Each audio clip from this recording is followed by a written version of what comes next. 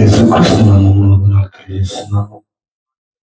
ఈ రాత్రికాల సమయంలో ఈ విధంగా మీ మధ్య నిలబడి దేవుని వాక్యం బోధించుటకు దేవుడి చెప్పడం బట్టి దేవునికి స్తోత్రములు. అందరూ కూడా ప్రార్థన పూర్వకంగా కూర్చొని కొద్ది నిమిషంలో దేవుని యొక్క వాక్యం మనం ధ్యానించుకున్నాం. రాత్రి కాలం నుండి మనం దేవుని మాటలు వింటూ వస్తున్నాం.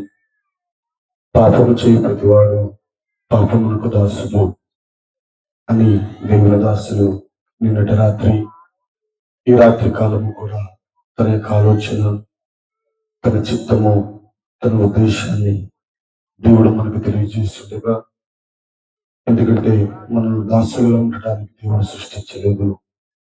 తన కుమారులుగా తనతో నిత్య మహిమలో ఉండడానికి దేవుడు మనల్ని సృష్టించుకుని ఉండగా, ఆ దాసత్వం నుండి విడిపించు ప్రభువా అని ఎవరైతే ప్రభు సన్నిధిలో దేవుని స్తుతిస్తూ దేవునిని స్తోత్రం బ్రతిమలాడుతుంటారో దేవుడు వారిని విడిపిస్తాడు.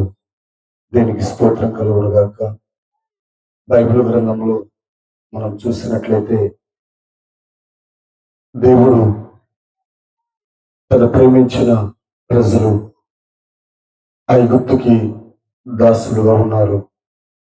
ఇంచుమించు 430 సంవత్సరములు వారు ఐగుప్తుకి దాసులుగా ఉన్నట్లు బైబిల్ గ్రంథంలో మనం చూస్తున్నాం.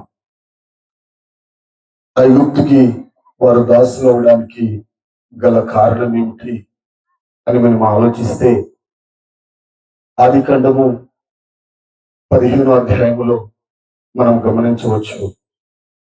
అబ్రహాము దేవునికి ప్రార్థిస్తున్నాడు, దేవా నా ఇంటికి వారసుడు ఎలియాజరేనా అని అబ్రహాము ప్రార్థిస్తున్నప్పుడు దేవుడు అబ్రహాముతో చెప్పాడు, లేదు, నీ ఇంటికి ఎలియాజరు వారసుడు కాదు, శారా గర్భమున జన్మించిన కుమారుడే నీ ఇంటికి వారసుడు అవుతాడు అని అబ్రహాముతో దేవుడు ఎప్పుడైతే చెప్పాడో, దానిని ఎలా నేను స్వతంత్రించుకోవాలి అన్నప్పుడు దేవుడు బలి అర్పణ చేయమని అబ్రహాముతో చెప్పాడు.